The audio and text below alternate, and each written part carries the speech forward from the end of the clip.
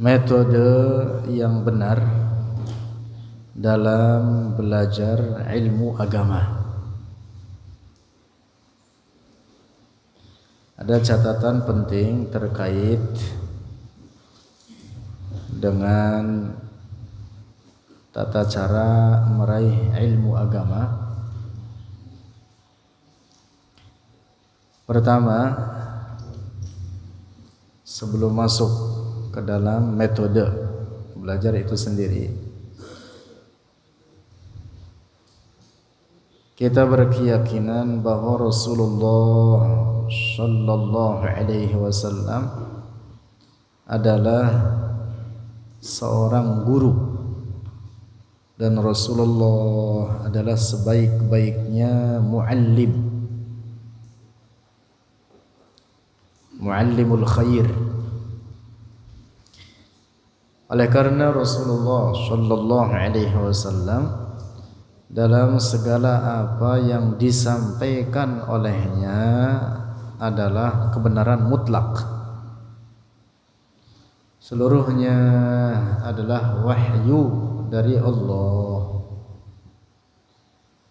Allah berfirman, "Wa ma yantiqu 'anil hawa in huwa illa wahyun yuha." Wa ma yantiqu 'anil hawa, dan tidaklah Rasulullah berkata-kata dari hawa nafsu. In huwa illa wahyun yuha. Sesungguhnya dia, apa yang diucapkan oleh Rasulullah adalah wahyu, tidak lain adalah wahyu yang diwahyukan kepadanya. Nah, maka Rasulullah Sallallahu Alaihi Wasallam dalam segala apa yang disampaikan olehnya terkait dengan ajaran-ajaran atau hukum-hukum, terkait dengan berita-berita dari umat-umat nabi-nabi terdahulu, atau terkait dengan al-akhbar al-mughayyabat, berita-berita yang ghaib dari peristiwa-peristiwa yang akan terjadi di masa mendatang. Semua itu adalah hak, benar adanya. Nah, oleh karena Rasulullah Sallallahu Alaihi Wasallam membawa kebenaran, maka metode yang dipakai oleh beliau dalam menyampaikan kebenaran tersebut juga adalah sebaik-baik metode. Sebaik-baik metode.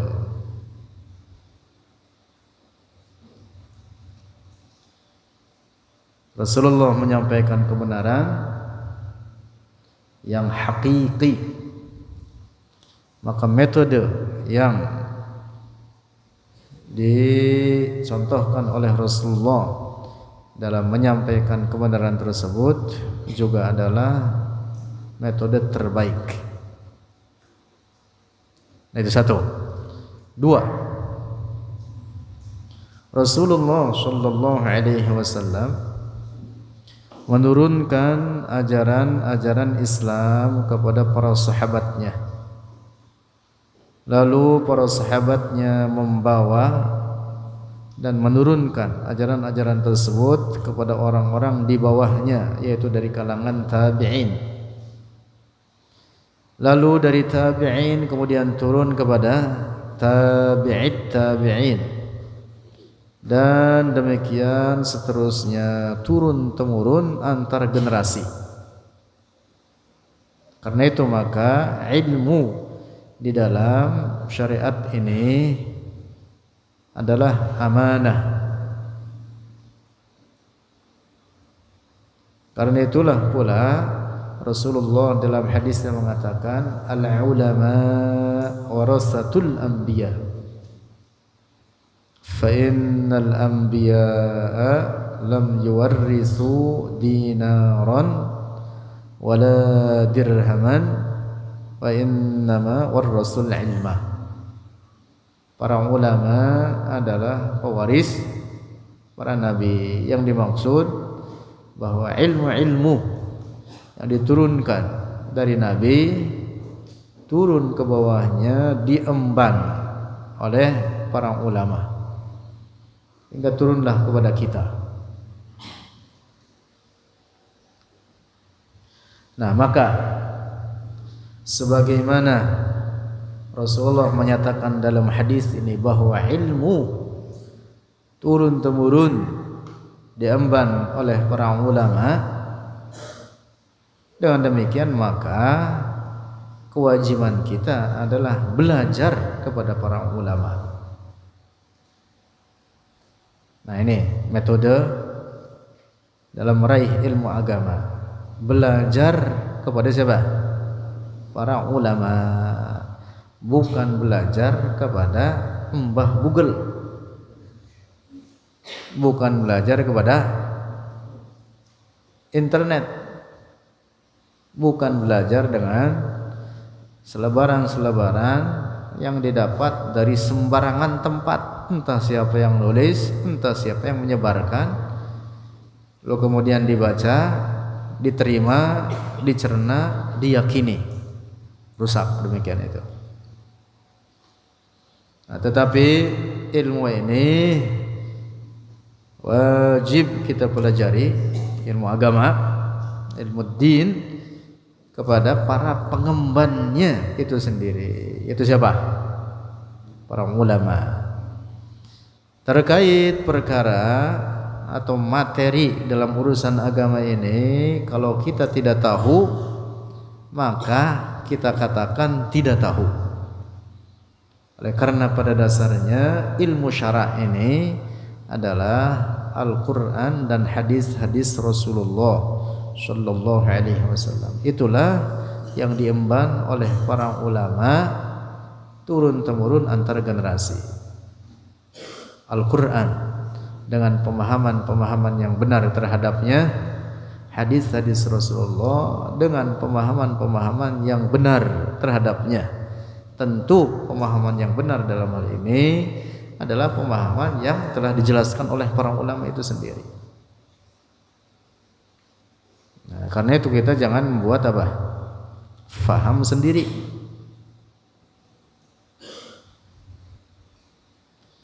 Dalam sebuah hadis diriwayatkan dari sahabat Abdullah bin Umar bahwa beliau berkata, al-ilmu salasah, kitabun natiq wa sunnatun madiyah wa qawluh la adri, rawahu at-Tabarani. Abdullah bin Umar mengatakan ilmu itu ada tiga, yaitu apa? Kitabun natiq, yang dimaksud apa? Al-Quran. Wa sunnatun madiyah, ay sunnatun sahihah, hadithun sahih, hadis sahih. Lalu yang ketiganya apa? Qawlu la adri, yaitu perkataan la adri. Apa artinya la adri? Saya tidak tahu. Nah, jadi ilmu dalam syariat ini adalah ilmu yang tertuang di dalam Al-Quran, ilmu yang tertuang dalam hadis-hadis Rasulullah seperti yang dijelaskan oleh para ulama kita. Selebihnya selain daripada itu, kalau kita tidak tahu, maka hendaklah kita mengatakan tidak tahu. Nah, diriwayatkan dari Sayyiduna Ali bin Abi Thalib, beliau berkata, wa barduha 'alal kabid an aqula la adri fima la adri. Wa barduha, alangkah adem atas hati ini. Adem itu maksudnya apa? Sejuk, tenang atas hati ketika aku mengatakan aku tidak tahu dalam perkara yang memang aku tidak tahu. Nah, sebaliknya kalau orang yang tidak tahu urusan agama ini, lalu kemudian dia berkata-kata seperti yang ada pada hawa nafsunya atau seperti apa yang terlintas dalam fikirannya,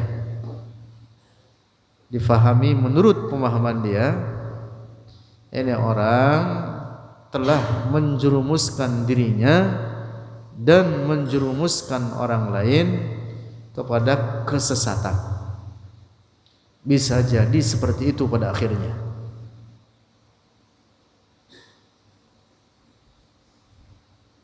Apalagi kalau itu disampaikan kepada orang lain menurut pemahaman dia, menurut hawa nafsu dia.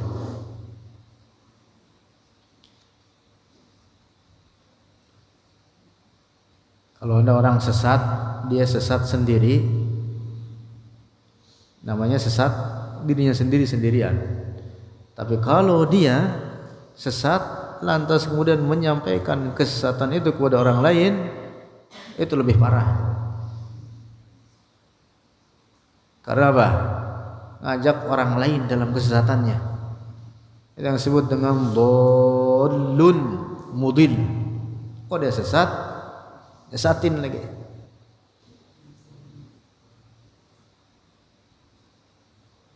Nah, maka itu yang kedua, poin penting terkait dalam metode mencari ilmu agama, wajib kita belajar ilmu agama ini dengan cara digurukan.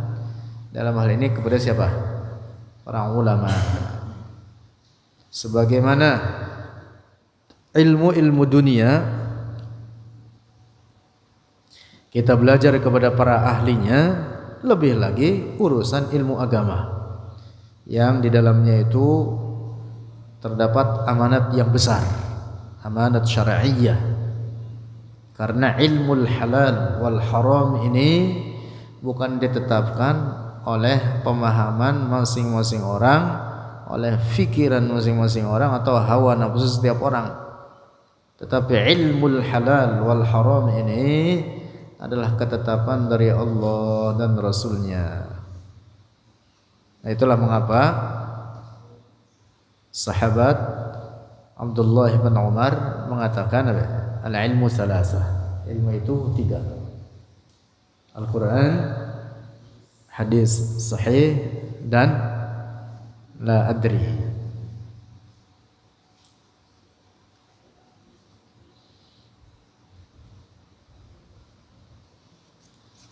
Lanjut.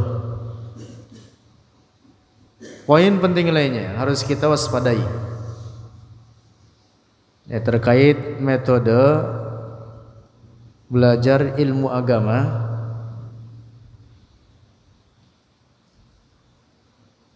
adalah bahwa daruriyat ilmi din, pokok-pokok ilmu agama ini harus dipelajari atau harus belajar dengan cara diraih kepada para ulama dan tidak boleh belajar sendiri. Ini menyangkut pokok-pokok ilmu agama. Oleh karena Rasulullah sallallahu alaihi wasallam mencontohkan bagi kita bagaimana Rasulullah menerima wahyu dari Allah lewat malaikat Jibril. Rasulullah membacakan bacaan Al-Qur'annya misalkan, diperdengarkan kepada malaikat Jibril. Diperdengarkan kepada malaikat Jibril, disimak oleh malaikat Jibril. Rasulullah bahkan ketika ditanya, yang dalam beberapa hadis diriwayatkan kadang Rasulullah tidak tahu terkait jawaban yang ditanya oleh beberapa sahabatnya, maka lantas Rasulullah kemudian menjawab apa? Nanti akan aku tanyakan kepada Jibril.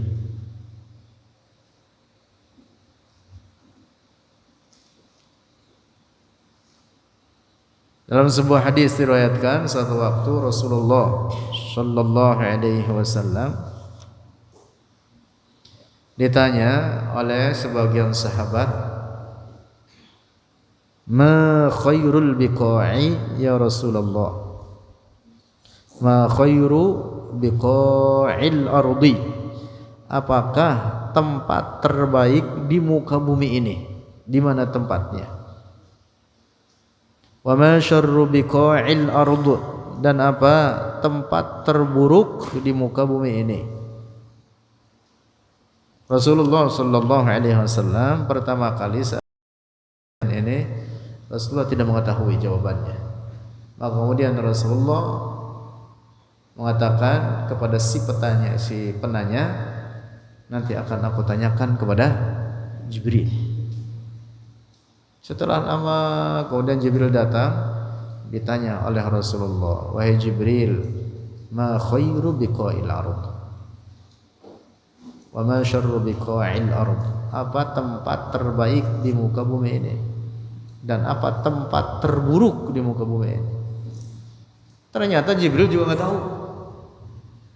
Kata Jibril, saya nggak tahu. Saya nunggu wahyu dari Allah. Kemudian turun wahyu dari Allah, lalu disampaikan kepada Rasulullah, lalu oleh Rasulullah disampaikan kepada si penanya. Kata Rasulullah sallallahu alaihi wasallam, khairu biqa'il ardi al-masajid. Tempat terbaik di muka bumi ini adalah masjid. Masjid. Wa syarru biqa'iha al-aswaq. Dan tempat paling buruk di muka bumi ini adalah pasar-pasar.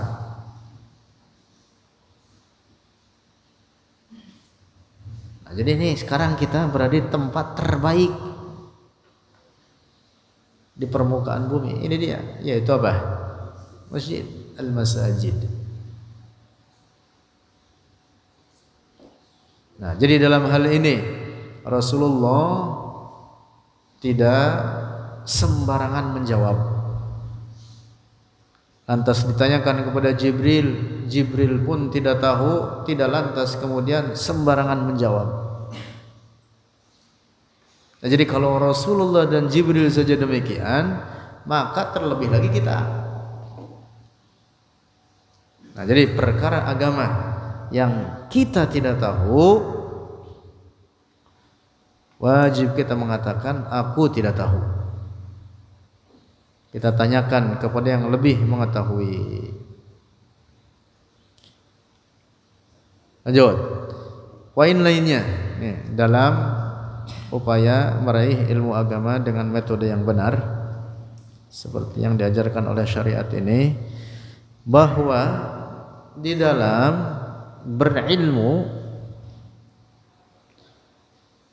kita diperintah untuk mencari orang-orang yang hendak kita ambil ilmunya, yang orang tersebut memiliki sanad atau mata rantai, silsilatur rijal. Jadi mata rantai para pengemban ilmu tersebut turun sampai kepada kita. Kalau dalam istilah ilmu hadis itu sanad itu apa? Al-ikhbar an tariqil matan. Al-ikhbar pemberitaan, yang dimaksud jalan, mata rantai dari jalur untuk meraih sampai kepada matan, redaksi hadis. Para perawinya ini turun dari fulan ke bawah, fulan dari fulan. Disebutnya betul sanad. Nah, di dalam belajar ilmu agama kita diperintah untuk belajar kepada para ulama yang dia memiliki sanad atau mata rantai. Ada banyak perkataan para ulama kita menetapkan tentang pentingnya sanad. Misalkan salah satunya perkataan Al-Imam Abdullah ibn al-Mubarak. Beliau mengatakan al-isnadu minad dini, laula al-isnadu laqala man syaa ma syaa. Al-isnadu minad din. Sanad itu adalah dari agama. Kalau bukan karena sanad, maka setiap orang akan berkata-kata apapun yang ingin dia katakan. Berkata-kata seenak perut. Kalau bukan karena sanad, maka setiap orang akan berkata-kata dalam urusan agama ini menurut hawa nafsunya masing-masing. Artinya rusaklah agama ini. Kalau umpama ilmu dalam agama ini tanpa sanad. Jadi penting kita memiliki sanad, memiliki mata rantai yang bersambung ke atas lewat para ulama hingga sampai kepada para sahabat Rasulullah yang kemudian dari Rasulullah sallallahu alaihi wasallam. Begitu. Salah seorang guru-guru atau para perawi yang diambil hadisnya oleh Imam Muslim, atau katakan gurunya Imam Muslim.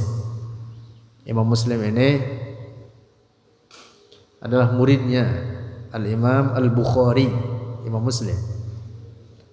Muslim ibn Al-Hajjaj As-Saqafi, ulama besar. Muslim ibn Hajjaj An-Naisaburi, ulama besar, ahli hadis. Di antara guru beliau namanya Al-Imam Ibn Sirin. Diriwayatkan dari Imam Ibn Sirin bahwa beliau berkata, "Inna hadzal ilma dinun fanzuru amman ta'khuduna dinakum." Inna hadzal ilma, sungguhnya ilmu ini yang dimaksud ilmu agama adalah agama itu sendiri. Ya, agama itu isinya ilmu-ilmu syara' ini. Karena itu fangzuru, maka lihatlah oleh kalian amman ta'khuduna dinakum, dari siapakah kalian mengambil agama kalian. Masya Allah, ngeri kita kalau sembarangan comot dari sembarang orang, sembarang ngambil, sembarang dengar, sembarang meraih dari siapapun, maka kita bukannya menjadi ahlut tamyiz, kita bukan lagi menjadi orang yang bisa membedakan mana hak mana batil, tetapi menjadi namanya hatibul lail. Hatibul lail itu istilah, artinya apa? Tukang ngambil kayu bakar di malam hari. Makna harfiahnya itu hatibul lail itu apa? Orang yang mengutin ranting-ranting pohon, ngumpulin kayu bakar di malam hari. Orang kayak gitu masuk ke hutan, dia mengutin kayu bakar, dia tidak bisa membedakan, tidak bisa melihat mana yang kayu bakar, mana yang bukan, mana yang ranting, mana yang ular. Bisa jadi dia ngambil ular karena dia nggak tahu. Itu namanya apa? Hatibul lail. Dia ngumpulin ilmu dari sana dari sini, kagak jelas sumbernya, tidak jelas siapa yang diambil semuanya tanpa dia memahami mana yang harus disaring, mana yang harus diambil, mana yang harus dirincikan, mana yang harus diyakini. Nah, jadi wajib kita dalam cara beragama ini memiliki guru yang memiliki sanad yang itu dapat menjamin apa? Keselamatan dan kemurnian ilmu yang kita pelajari tersebut. Para ulama kita menyebutkan bahwa sanad itu min khususiyati hadhil ummah, dari keistimewaan atau kekhususan yang merupakan karunia dari Allah bagi umat Rasulullah ini, yang ini tidak diberikan oleh Allah terhadap umat-umat daripada nabi-nabi terdahulu sebelum Rasulullah. Mengapa Rasulullah Shallallahu Alaihi Wasallam dalam hadisnya sampai mengatakan bahwa ajarannya akan kekal sampai hari kiamat? Rasul dalam hadis mengatakan begitu. Dalam hadis Rasulullah mengatakan, la tazalu ta'ifatun min ummati zahirina 'alal haqq hatta taqum as-sa'ah. Sampai hari kiamat akan tetap kekal, akan tetap di atas kebenaran, tidak akan punah seluruhnya 100% habis, tidak akan tetap ajaran Rasulullah ini terus sampai hari kiamat. Nah, orang-orang yang di dalam ajaran kebenaran tersebut adalah orang yang senantiasa menjaga mata rantai itu. Umat Rasulullah ini kemurnian ajaran di dalamnya, ajaran Rasulullah di dalamnya adalah karena ada mata rantai tersebut. Umat terdahulu tidak memiliki ini.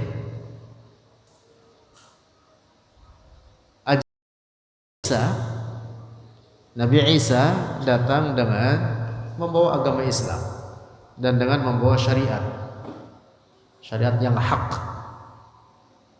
Nabi Isa adalah seorang Nabiyyun Rasul, sehingga beliau membawa syariat yang diperintahkan oleh Allah untuk disampaikan kepada umatnya dari kalangan Bani Israel.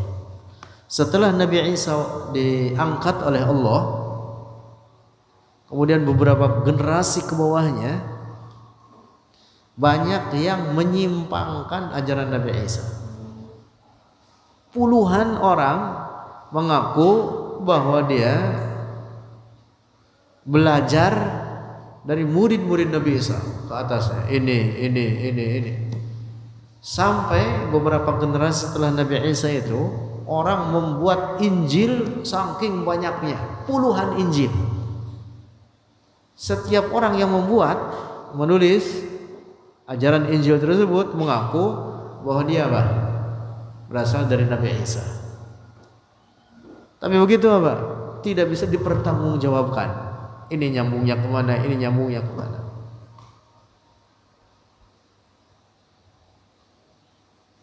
Itu dalam kisahnya begitu. Dan itu berlangsung kemudian sampai sekarang. Makanya Injil itu adalah kitab yang di zaman sekarang atau setelah berapa ratus tahun daripada diangkatnya Nabi Isa alaihi salam ke langit, menjadi kitab yang muharraf. Menjadi kitab yang muharraf, telah mengalami perombakan, reduksi. Ajaran-ajaran di dalamnya sudah tidak lagi murni ajaran yang disampaikan oleh Nabi Isa. Begitu. Mengapa? Karena itu tadi tidak ada sanad. Tidak ada sanad. Masya Allah.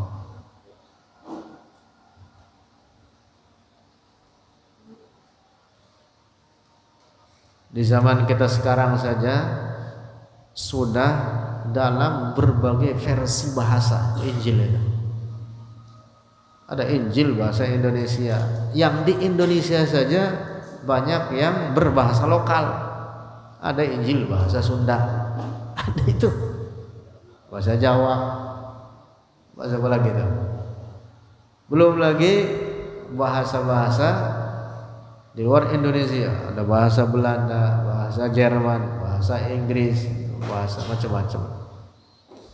Perbedaan bahasa saja sudah sangat-sangat memungkinkan adanya perbedaan makna.